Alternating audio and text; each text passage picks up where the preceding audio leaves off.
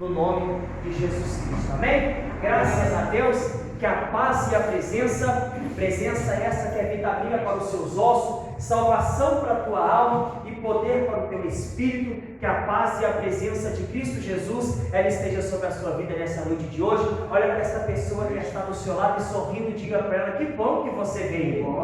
Tem pessoas que sorriram e não falou, outra só falou e não sorriu, mas agora dá um sorriso para essa pessoa que está do seu lado e diga para ela, que bom que você veio. E se prepare, porque essa noite é a noite do seu milagre. Será que tem alguém para ver? Graças a Deus. Amém, irmãos?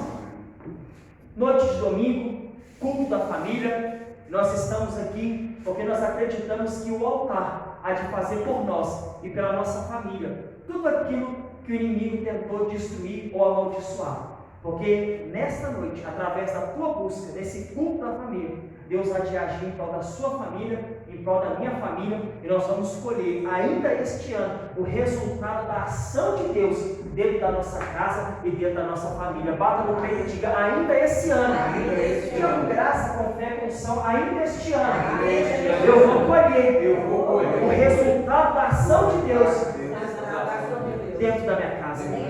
Alguém crê nisso? Para nós recolhermos os resultados da ação de Deus, requer vivermos uma vida de propósito. E é sobre isso que eu quero pregar nessa noite. Uma vida de propósito. E eu preciso que você abra comigo a sua Bíblia, no Evangelho de Mateus, capítulo 6, no versículo 33, para você entender o que é viver uma vida de propósito.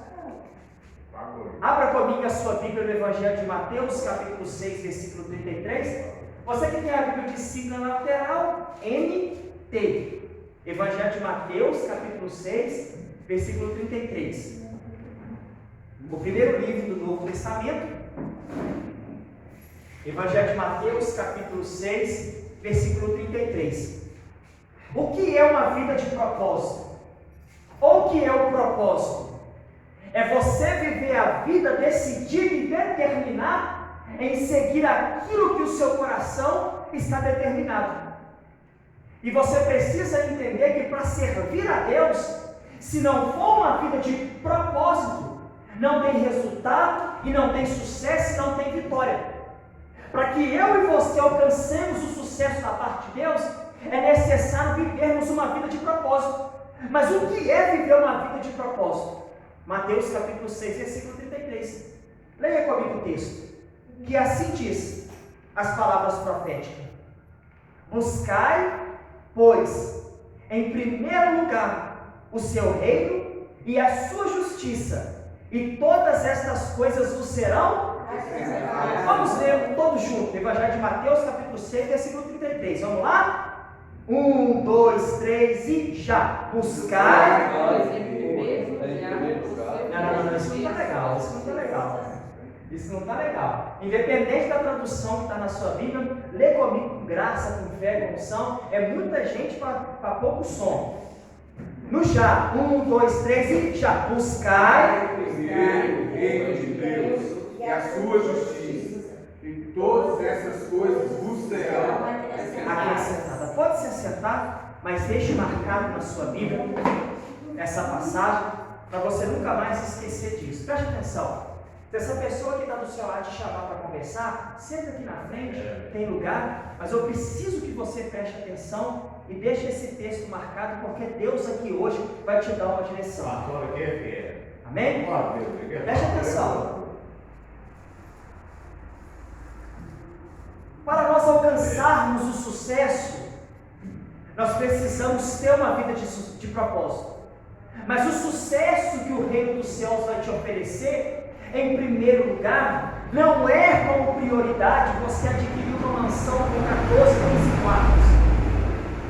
O propósito de Deus na sua vida é que você alcance a sua salvação. Alcance a sua o quê? Salvação. Estou pegando o povo pentecostal. Alcance o quê? Salvação. A maior importância que você pode ter na sua vida é a sua salvação. As demais coisas há de ser o quê? Acrescentada. O texto de Mateus Mateus capítulo 6 e no versículo 33, está dizendo a prioridade, ou está dizendo exatamente a prioridade que Deus requer de mim e de você.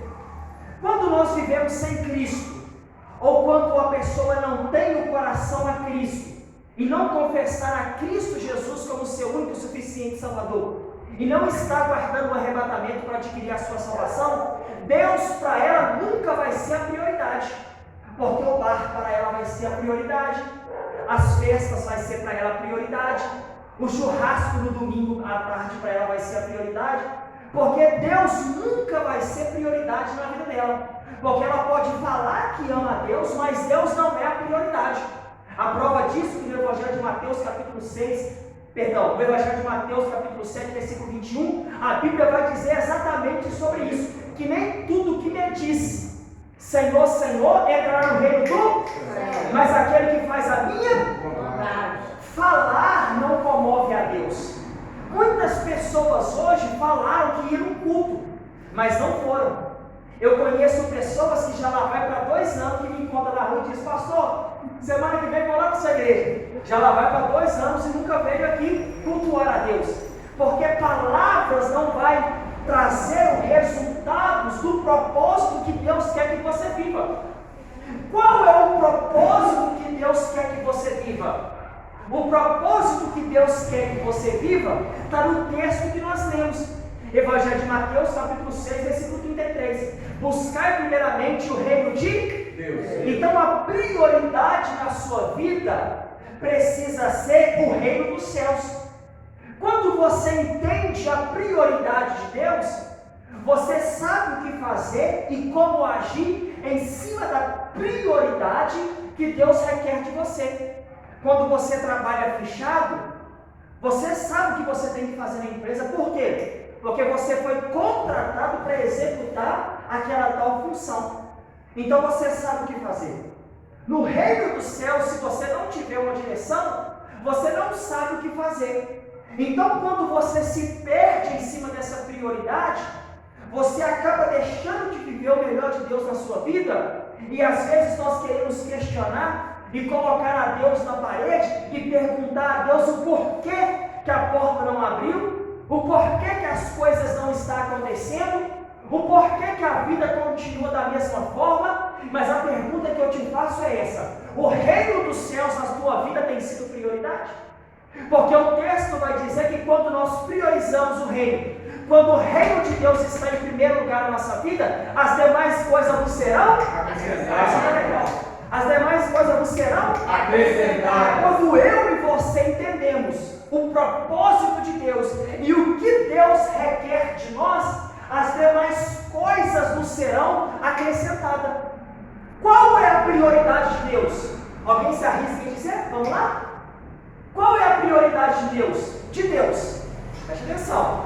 Se a Bíblia está dizendo que é necessário buscar o reino de Deus, não está legal. Eu preciso que você preste atenção, porque isso aqui hoje vai pegar fogo. Eu preciso que você entenda qual é a prioridade de Deus. Porque a Bíblia vai dizer no Evangelho de Mateus, capítulo 6, versículo 33, a Bíblia diz: buscar primeiramente o reino de Deus. Isso não está legal. O reino de Deus. E as demais coisas serão acrescentadas. O reino é de Deus. Então a nossa prioridade é servir a Deus e buscar a Deus, para as demais coisas nos ser o quê? Acrescentadas. Deixa eu pregar em primeiro lugar a prioridade de Deus, para depois entrar na prioridade do homem. Porque se você busca o reino dos céus, as demais coisas nos serão acrescentadas. Então qual que é a prioridade de Deus? A prioridade de Deus é a igreja. A prioridade de Deus é o quê? A igreja. A prioridade de Deus não é que Brumadinho se torne a cidade mais bela, com os prédios mais bonitos. A prioridade de Deus não é que o Brasil se torne o Brasil mais belo, por ter as maiores espécies de orquídea. Não sei se tem, estou só dando um exemplo. A prioridade de Deus não é que no Brasil esteja a maior coleção de carros da Ferrari. Aqui no Brasil, essa não é a prioridade de Deus. Jesus não morreu na cruz do Calvário foi crucificado e no terceiro dia ressuscitou para que em Brumadinho tenha os melhores shoppings. Jesus não foi morto numa cruz, cuspido, crucificado, chicoteado, condenado, morreu, sangrou, mas ao terceiro dia ressuscitou para que aqui no Brasil esteja as maiores lojas de açaí. Jesus não morreu por isso.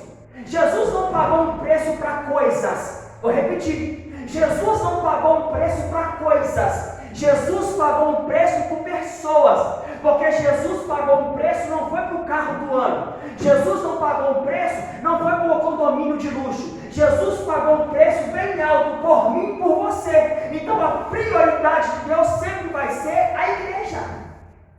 Os irmãos estão entendendo? Diga bem. Amém. A prioridade de Deus nunca foi um condomínio de luxo, porque Jesus não foi crucificado numa cruz por causa de um apartamento. Jesus não foi crucificado e ressuscitou por causa de coisas. Jesus morreu, ressuscitou por causa de pessoas. Que pessoas são essas? A igreja, lavada e remida no sangue do Cordeiro. Então a prioridade de Deus é a igreja. Alma, salvação. Essa é a prioridade de Deus. Eu preciso que você preste atenção. Essa é a prioridade de Deus. Igreja, alma. Foi para isso que Cristo venceu a morte. Foi para isso que Cristo venceu a cruz. E por isso Jesus ressuscitou, para que a igreja dele fosse salva, lavada e remida no sangue do Cordeiro. Então a prioridade de Deus é a igreja. Essa é a prioridade de Deus. Então, se você entende que a prioridade de Deus é a igreja, que a prioridade de Deus é almas, que a prioridade de Deus é pessoas, porque a Bíblia vai dizer que uma alma vale mais que o mundo inteiro. Uma alma. Pode ser ela viciada, lá na Cracolândia, aonde for. Essa alma para Deus tem mais valor do que 7 bilhões de dólares numa conta. Uma alma para Deus vale mais que o mundo inteiro. Você poderia arriscar quanto valeria o mundo inteiro? Não tem nem como fazer essa conta na calculadora. Não tem como. Então uma alma para Deus vale mais do que o mundo inteiro. Então qual que é a prioridade de Deus? A prioridade de Deus é a igreja. Alma, pessoas, salvação. Então quando você entende que a prioridade de Deus é alma, é pessoa, a sua prioridade precisa estar baseada em cima disso. E qual tem que ser a sua prioridade? A sua prioridade precisa ser alma, pessoas. Como assim, pastor? Porque a Bíblia vai dizer que se a prioridade de Deus é a igreja, é alma, qual que tem que ser a nossa prioridade? A nossa prioridade precisa ser alma, pessoas. Falar do Evangelho para as pessoas, pregar para as pessoas da sua casa, anunciar o reino dos céus, a palavra viva, genuína, sem fermento, para as pessoas, ensinar as pessoas qual o caminho que elas vão encontrar salvação. Porque essa é a prioridade de Deus. Se a Bíblia está dizendo que é necessário nós buscarmos o reino dos céus e a sua justiça em primeiro lugar, que as outras coisas, eu vou pregar sobre isso que hoje eu tenho tempo, as outras coisas vos serão acrescentadas, você precisa entender que a prioridade de Deus na sua vida é você buscar o reino dele e você ser boca de Deus na terra para pregar para aquelas pessoas que não conhecem a verdade, para que elas possam alcançar a salvação que Deus tem para ela como prioridade. Às vezes a pessoa trabalha, eu julgo que é muito diferente, mas Deus está falando. Às vezes a pessoa trabalha numa empresa há 10, 15 anos, ninguém sabe que ela é crente. Às vezes a pessoa está num lugar, ninguém sabe que ela é serva a Deus. O testemunho dela não é bom. Ela nunca falou do amor de Deus para as pessoas. Ela nunca priorizou o rei em primeiro lugar na vida dela. E ela acaba perdendo o suprimento que Deus vai suprir em cima da necessidade dela. Porque se eu busco o reino dos céus e a sua justiça, as demais coisas vão me ser acrescentadas. Se eu te prometesse algo, você poderia ficar desconfiado. Porque se eu passasse o microfone para alguém e deixasse alguém contar algo que alguém prometeu e não cumpriu, todo mundo aqui vai falar algo. Ah, vou te dar um boné. Passou 15, 20 anos, não deu. Ah, não, eu vou te dar uma camisa. Passou 8, 9 anos, a pessoa não deu. Porque o homem pode falhar, o homem pode prometer e não cumprir. Mas o texto que nós lemos, não foi João que falou, não foi Tiago que falou, não foi Tito que falou, não foi Melquisedeque quem falou, não foi Enoque quem falou. O texto que nós lemos foram palavras referidas dos lábios de quem? Proferidas dos lábios de quem? De Jesus. Jesus está dizendo: buscar primeiramente o reino de Deus e a sua justiça, que as demais coisas vos serão acrescentadas. Então, se Cristo está dizendo que se buscar a Deus, se buscar o reino como prioridade, a sua necessidade vai ser suprida. Então você precisa entender que se você está no centro da vontade de Deus, ou se você está determinado em fazer a vontade de Deus, o que você precisar ela vai voltar. Porque não é o homem que vai suprir a sua necessidade, é Deus que vai suprir a sua necessidade. A profecia que eu te entrego é essa. Se nessa noite de hoje você se disponibilizar a colocar no centro da vontade de Deus, nesse ano de 2021, todas as suas necessidades vão ser supridas, porque se você trabalhar para Deus, o reino dos céus vai trabalhar com você. Amém. Glória a Deus. Aí tem pessoas que questionam com Deus que na vida dela nada dá certo. Qual que é a rotina da pessoa? Acorda meio-dia, não tem compromisso com Deus. O Facebook, o WhatsApp, 6 horas da manhã é prioridade para ela, Deus é o último caso. Sair, passear, conversar, bater perna, desculpa o linguajar, mas vamos falar criado mineiro, quem é mineiro entende. A prioridade dela é sair, bater perna. Se tiver um tempo, isso lá para as 8, 9 horas da noite, porque durante todo o dia ela não dedicou tempo para Deus, Deus para ela não foi a prioridade. Aí se lá para as 9, 10 horas da noite ela tiver um tempinho, ela vai lá na Bíblia toda empoeirada, no armário, lê o Salmo 23 e tá bom. Aí ela quer que Deus faça na vida dela o sobrenatural. Aí ela questiona com Deus o porquê de estar passando por isso, o porquê de estar passando por aquilo, o porquê que está acontecendo isso dentro de casa, o porquê que as coisas estão travadas, o porquê que nada vai para frente, o porquê que não vê resultado em nada. Por quê? Porque Deus deixou de ser prioridade para ela. E a partir do momento que o reino dos céus deixa de ser prioridade sobre a vida dela, a ação de Deus não vai trazer resultado na vida dela. Porque a prioridade de Deus é o reino. Então, quando o reino de Deus, o reino dos céus, é prioridade na minha e na sua vida, e vocês que me acompanham também pelas mídias sociais, a prioridade de Deus é o reino. Se você coloca o reino como prioridade na sua vida, as demais coisas há de ser o quê? Acrescentada. Se você está bem com Deus, se você está em paz com Deus, eu te provo na Bíblia. Porque a Bíblia vai dizer no Salmo de número 37, quando você pega a partir do capítulo 15 em diante, o salmista vai dizer: eu nunca vi um justo, fui moço, hoje sou velho, mas eu nunca vi um justo mendigar o pão, e nem a sua descendência passar fome. Por quê? Aquele que se preocupa com o reino trabalha para ele, supre para ele as necessidades. Então, quando você faz para o reino, quando você arca com as suas responsabilidades e os seus compromissos no reino: ah, pastor, mas eu não tenho chamado para pregar. Ah, pastor, mas eu não tenho chamado para tocar na igreja. Ah, pastor, mas o reino está acima do chamado. Você não precisa ser um pastor, ter um credencial para priorizar o reino na sua vida.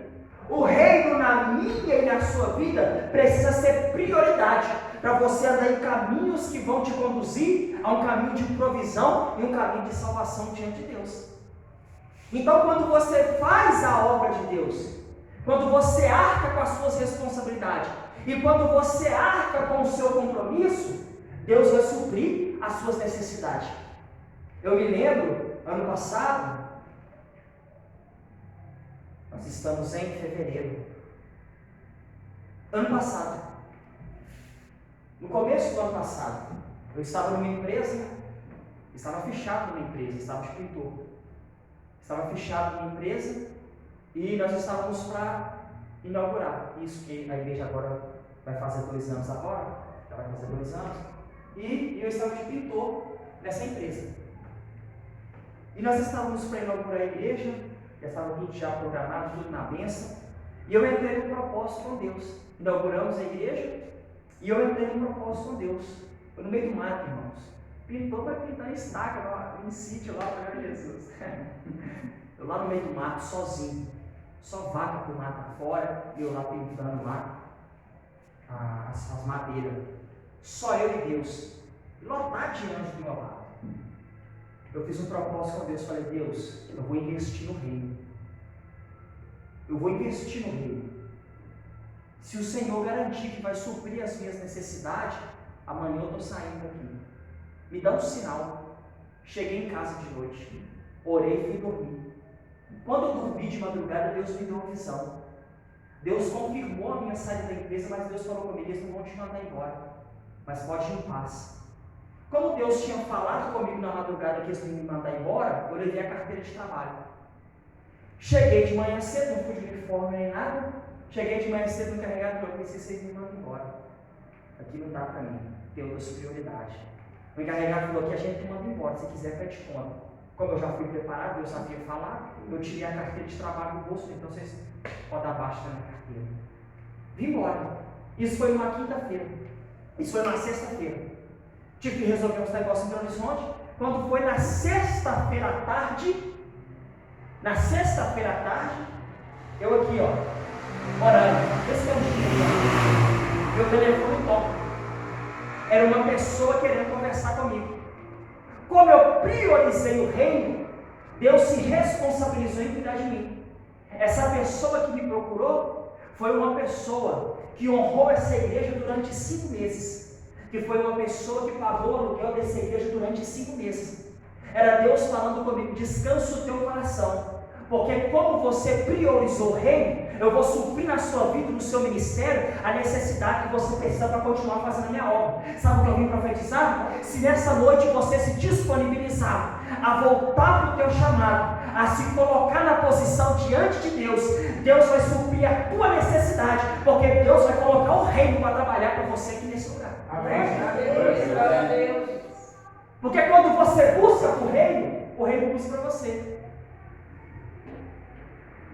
Mas quando você tenta fazer do seu jeito, da sua maneira, você é o responsável pelos seus atos e pelas suas atitudes. Vou te fazer uma pergunta. E pode responder em voz alta. Você ama a Deus? Que isso, Salvador? Estou fazendo uma pergunta, irmão. Amém. Você ama a Deus? Glória a Deus. Amém. Isso não está legal. Você ama a Deus? Amém. Glória a Deus. Pedro falou isso. Você ama a Deus? Pedro falou isso. Eu amo Jesus. Mas por 3 vezes Pedro foi interrogado. Jesus pela primeira diz, Pedro, tu me ama? Eu te amo, Jesus. Pedro, tu me ama? Eu te amo, Jesus. Nós estamos juntos. Tá doido? Mas está fechado aqui, não é boca. Pedro, tu me ama? Pedro se entristece. Abra comigo a sua Bíblia, para falar que está pregando heresia. Aqui também tem Bíblia. Abra comigo o livro de João, Evangelho de João, capítulo 21. Portas abertas é Bíblia, não tem só revelação não. Evangelho de João, capítulo 21. Abra comigo, Evangelho de João, capítulo 21. Evangelho de João, capítulo 21. Vamos ler o versículo 15. Hoje eu preciso entregar tudo. E se esse culto acabar uns 5 minutos a mais à tarde, os irmãos não murmuram não. Porque hoje Deus vai bradar aqui nesse lugar. Tenho muita vontade de pegar. Evangelho de João, capítulo 21. Quem foi encontrando, diga amém. Amém. Vamos ver a partir do versículo 15. Todos encontraram? Amém. Amém. Evangelho de João, capítulo 21. Tem que baixar, porque senão as horas não ajudam. Evangelho de João, capítulo 21, versículo 15. Olha o que o texto vai dizer. Depois de terem comido, perguntou Jesus a Simão Pedro: Simão, filho de João, amas me amais que os teus outros irmãos? Ele respondeu, sim, Senhor, tu sabes que te amo. Aí o que Jesus vai dizer? Apacenta as minhas ovelhas. Apacenta as minhas ovelhas. Vamos no versículo 1. Apacenta as minhas ovelhas. Ou dependendo da sua tradução, vai estar cordeiros, tá, irmão? Não assusta não. Ovelhas ou cordeiros. Assusta cordeiros? Mas é o mesmo sentido, tá bom? Estou explicando para os irmãos não ficar perdidos. Tornou a perguntar-lhe pela segunda vez. Quantas vezes? Simão, tu me amas? E ele respondeu, sim, Senhor, tu sabes que te amo. Disse-lhe Jesus, pastoreia as minhas ovelhas ou cordeiros. Pela terceira vez, quantas vezes? Terceira. Jesus lhe perguntou, Simão, tu me amas? Pedro entristeceu-se por ele ter dito pela terceira vez, tu me amas? E respondeu, Senhor, tu sabes todas as coisas, tu sabes que eu te amo. Jesus lhe disse, apacenta as minhas ovelhas. Volta para o Evangelho de Mateus, capítulo 6. Jesus perguntou a Pedro, Pedro, tu me amas? Porque se você sair na rua e perguntar a qualquer um, todo mundo ama a Deus. Você está doido? Eu amo. Está doido? Eu amo a Deus. Demais? Deus é bom demais? Está no erro, está em pecado, está assim, está assim, está aquilo. Mas eu amo a Deus. Só que a resposta de Pedro foi que sim. Só que Jesus vai dizer para Pedro, apacenta as minhas ovelhas. O que Jesus está dizendo? Porque na vida de Pedro tinha um propósito. Tinha o quê? Propósito. Tá legal. Tinha o quê? Propósito. Qual que era o propósito? Pedro era apóstolo. E Pedro sendo apóstolo, olha para cá, preste atenção, Pedro sendo apóstolo, ele teria que pastorear o rebanho. Ele teria que pastorear a igreja, porque a prioridade de Deus é a igreja, é alma, pessoas, vida, salvação. Então, quando Pedro responde a Jesus, sim, eu te amo, Jesus está dizendo, apacenta as minhas ovelhas. O que Jesus está dizendo? Se tu verdadeiramente me ama, eu quero prova do teu amor. E como prova do teu amor que tu me ama, faz a obra que eu coloquei nas tuas mãos. Arca com a responsabilidade que eu coloquei nas tuas mãos. Apacenta as minhas ovelhas. Porque se você apacentar as minhas ovelhas, é a prova do que você me ama. Só falar não adianta. Só falar não promove a Deus. Mas a nossa responsabilidade, as nossas atitudes, o nosso comprometimento no reino é a prova de amor que nós temos por Deus. Tem pessoas que alugam um carro com um som alto, cheio de balão, aí vai lá o locutor na porta da pessoa, fulano de tal te ama, essa é a prova de amor esses anos todos por ele, por você. E nós estamos aqui, quem já viu isso? Carro de locutor, né? Telamor, né? Disca amor, né? Disca namoro. E essa é a prova. E ele está provando que te ama ao longo desses anos. Pá, foguete. Só que para Deus, a prova de amor não é fala. A prova de amor diante do homem para com Deus é quando nós fazemos e arcamos com o nosso propósito e colocamos o reino como prioridade. Então essa é a prioridade de Deus. A pergunta que eu te faço é essa: tu amas a Deus? Amém. Se tu amas, arca com a sua responsabilidade e seu compromisso diante de Deus. Porque se eu e você arcarmos com o nosso compromisso diante de Deus, é a prova que amamos a Deus. Mas pastor, o que eu tenho que fazer? Eu nunca fiz teologia, eu nunca estudei, eu nunca formei, eu nunca preguei. Você está falando que eu tenho que pregar?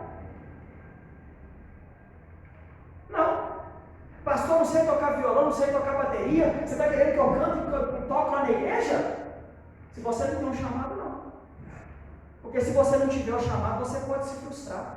Se Deus não te chamou para tal coisa, você pode se perder no seu caminho e se frustrar. Eu conheço pessoas que têm gravíssima depressão porque quis fazer para Deus algo que Deus não pediu. E como tentou fazer para Deus algo que Deus não pediu, o cargo, a responsabilidade foi tão pesada que a pessoa não suportou, porque Deus não chamou ela para fazer aquilo. Então cada um de nós temos uma responsabilidade.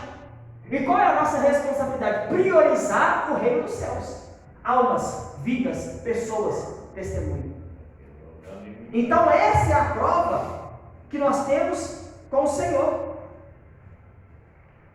Esse é o primeiro passo. Segundo, tu amas a Deus?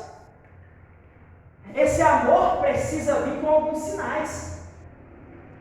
Quais são esses sinais? Você ama a Deus? Ler Bíblia, orar, se consagrar, jejuar, estudar. Essa é a forma que você vai entender o propósito de Deus sobre a tua vida. Porque a Bíblia vai dizer em Apocalipse, capítulo 3, versículo 1, qual capítulo? Aliás, Apocalipse, capítulo 1, versículo 3. Abra comigo a sua Bíblia. Apocalipse, capítulo 1, versículo 3. O dia que eu não tiver Bíblia, eu não subo no culto, irmãos. Apocalipse, capítulo 1, versículo 3. Eu vou entregar tudo. Essa mensagem Deus me deu numa reunião que nós fizemos. Fiquei 40 minutos de joelho no chão durante essa semana, e eu e Deus conversando, orando, o Espírito Santo dizendo: é isso que você vai pregar domingo para a minha igreja. Apocalipse capítulo 1, versículo 3. Alguém pode ler em voz alta, mas igual pentecostal. Apocalipse capítulo 1, versículo 3. Bem-aventurado aquele que lê e os que ouvem as palavras da profecia e guardam as coisas que nelas estão escritas, porque o tempo está próximo. Olha para cá. Olha para cá. Obrigado. Bem-aventurados que lê, bem-aventurados que ouvem e bem-aventurados que guardam. Você ama a Deus? Se você não lê Bíblia, você não ama a Deus. Você ama a Deus? Se você não estuda a palavra de Deus, você não ama a Deus. Porque a Bíblia vai dizer em Apocalipse, no texto que nosso irmão leu, capítulo 1, versículo 3, que bem-aventurados que lê. Porque se você lê, você conhece. Como que você vai passar na faculdade? Só orando? A Jesus, me passa. Deus vai te dar graça para você passar, abrindo a sua mente com os seus estudos. Você estudando, você lendo, você revisando, para você passar na prova. Porque através do seu estudo, da sua leitura, da sua dedicação, no dia da prova Deus vai abrir a sua mente e te dar sabedoria em cima daquilo que você leu e estudou. Você ama a Deus? Você precisa ter tempo para Deus. Leia a Bíblia, orar, jejuar, se consagrar, para você buscar e entender o propósito de Deus na sua vida. Porque se você entende o propósito de Deus na sua vida, você sabe o que fazer diante de Deus e arca com as suas responsabilidades. Bata no peito e diga: nessa noite, eu saio daqui entendendo que o que Deus requer de mim, eu vou colocar em prática. Será que tem alguém para crer? Amém.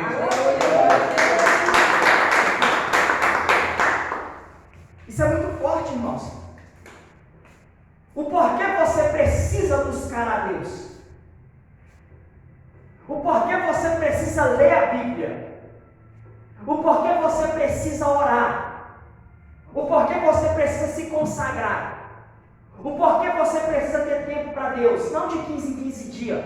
Não uma vez por mês. Não de 8 em 8, 6 meses. Mas o porquê todos os dias precisamos ter tempo. Primeiro, Deus vai dizer, a Bíblia vai dizer em Josué capítulo 1, versículo 9: a todo tempo não se aparte da tua boca o livro dessa lei, antes medita nela dia e noite, para que tenha cuidado em fazer conforme nela está escrito.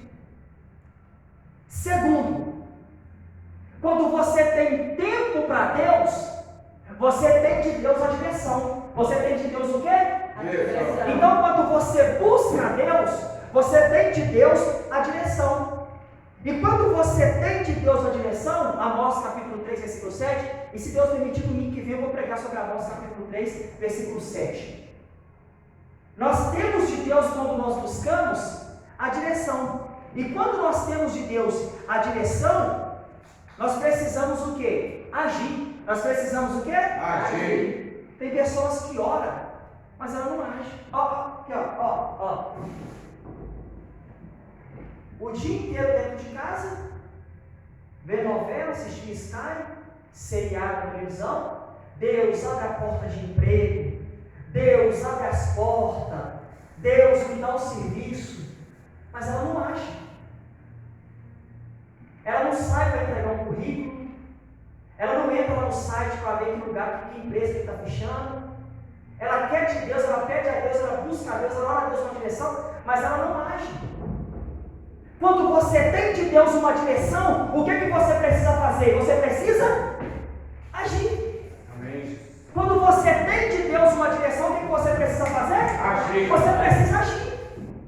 Porque quando você tem de Deus uma direção, você precisa agir. Vou te provar na Bíblia. A Bíblia vai dizer em Gênesis, quando você pega a partir do capítulo 6 em diante, Deus vai dar a Noé uma direção. Deus vai dar a Noé o quê? Direção. Você está no culto, crente. Deus vai dar a Noé o quê? Direção. Uma direção. Porque quando, preste atenção, senta agora, amém. Fica até o final, está quase acabando, senta lá.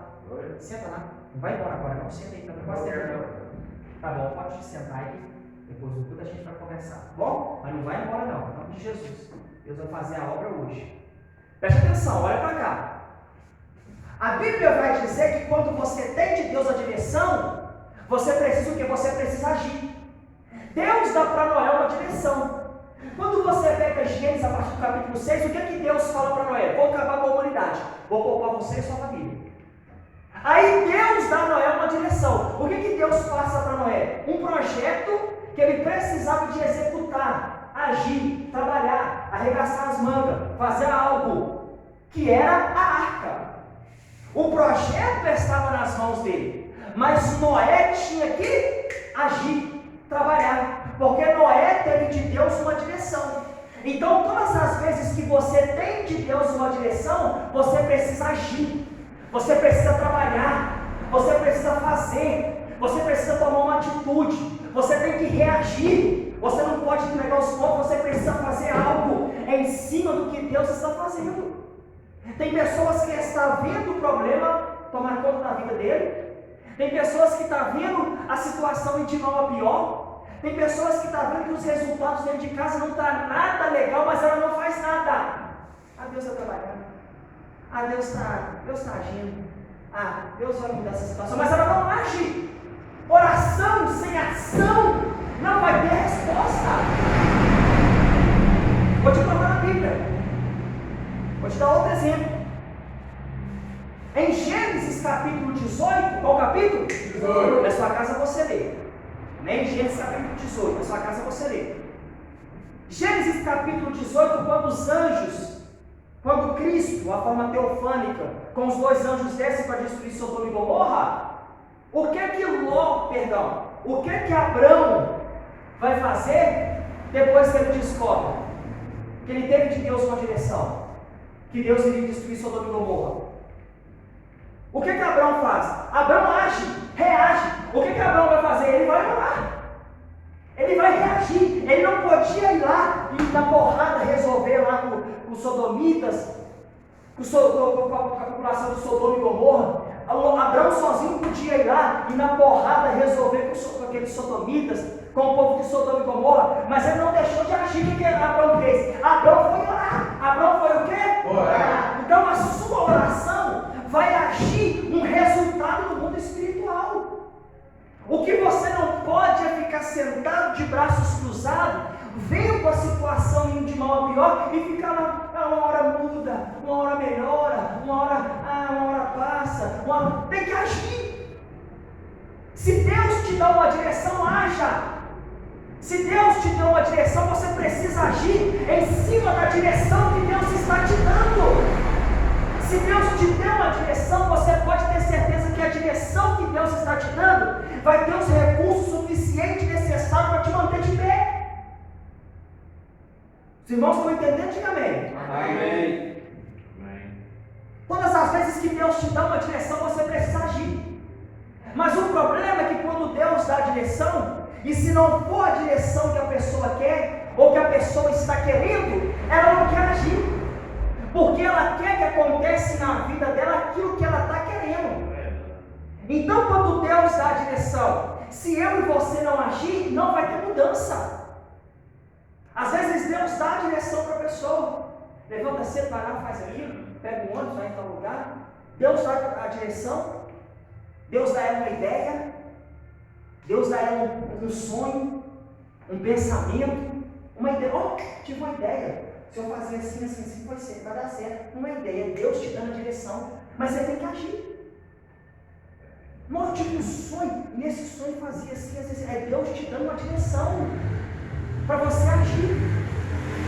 Aí quando você age, os irmãos estão entendendo também. Amém. Quando você age, mantenha a Bíblia aberta em Mateus capítulo 6.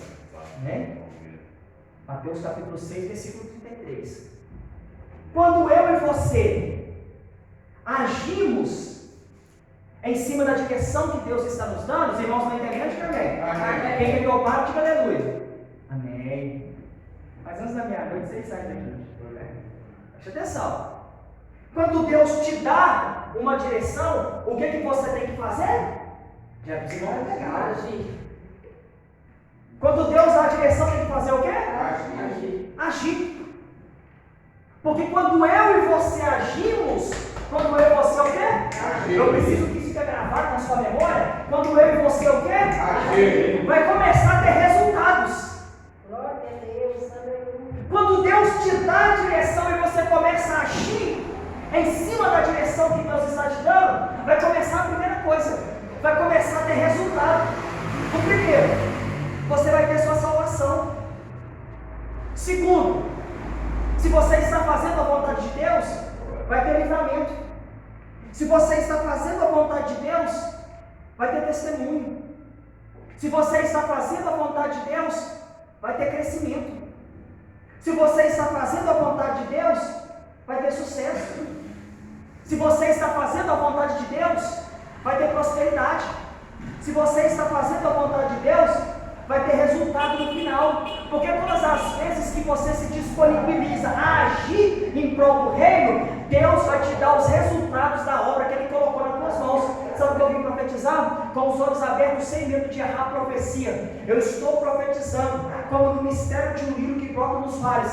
Deus, nessa noite de hoje, vai te colocar na posição, porque você vai sair daqui com uma direção de Deus, e se você agir em cima da direção que Deus está te dando, nesse ano de 2021, e nesse mês de fevereiro, você vai colher resultados do reino do céu sobre a tua vida. Bata no peito e diga, ainda esse mês, que com graça, com fé, com unção, ainda esse mês, vai acontecer alguns resultados da minha vida. Será que estão vendo mais para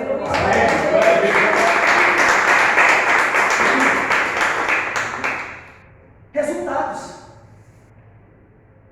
Desculpa o que eu vou te dizer, mas eu preciso pregar isso.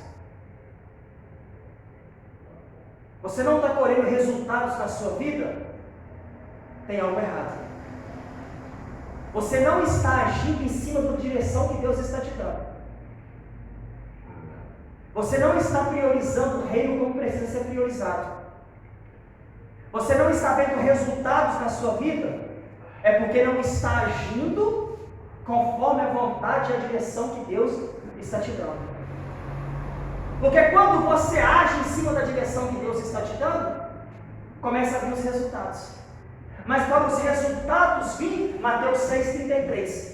Buscar primeiramente o reino dos céus e a sua justiça, e as demais coisas serão essas demais coisas que hão de ser acrescentadas, elas vão ser acrescentadas quando em primeiro lugar você está fazendo para o reino. Mas sabe o que eu vim profetizar? Como no mistério de um livro que brota nos vales, a profecia que eu te entrego é essa. Nessa noite de hoje, o Espírito Santo de Deus vai avivar a tua alma aqui neste lugar, porque você vai sair daqui priorizando o reino dos céus como nunca, e Deus vai suprir as suas necessidades, porque o mês de fevereiro é o mês do resultado de Deus na tua vida, na tua casa. E se tem alguém para crer, bata a palma e glorifica.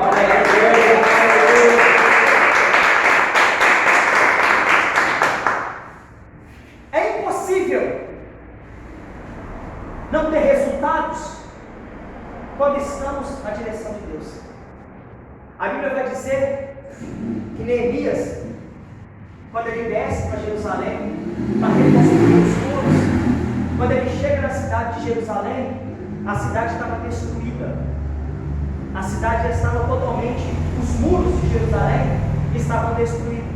Só que quando Neemias, com a permissão do rei, sai do palácio e desce para Jerusalém para reconstruir os muros, a Bíblia vai dizer, preste atenção, A Bíblia vai dizer que Neemias começa a reconstruir os muros de Jerusalém. Os muros de Jerusalém começam a ser reconstruídos, levando pessoas para impedir a reconstrução do muro. Pessoas fazendo de tudo para que Neemias desistisse, até ameaçado de morte. Neemias foi para não reconstruir o muro. Só que Neemias tinha de Deus uma direção. E a direção que Neemias tinha de Deus, para ele era prioridade. Porque Neemias valorizou o propósito de Deus na vida dele como prioridade. Como ele priorizou e colocou como prioridade o reino dos céus na vida dele, Deus não só deu o livramento, mas também como Deus deu o resultado. E qual que foi o resultado? Os muros foram reedificados.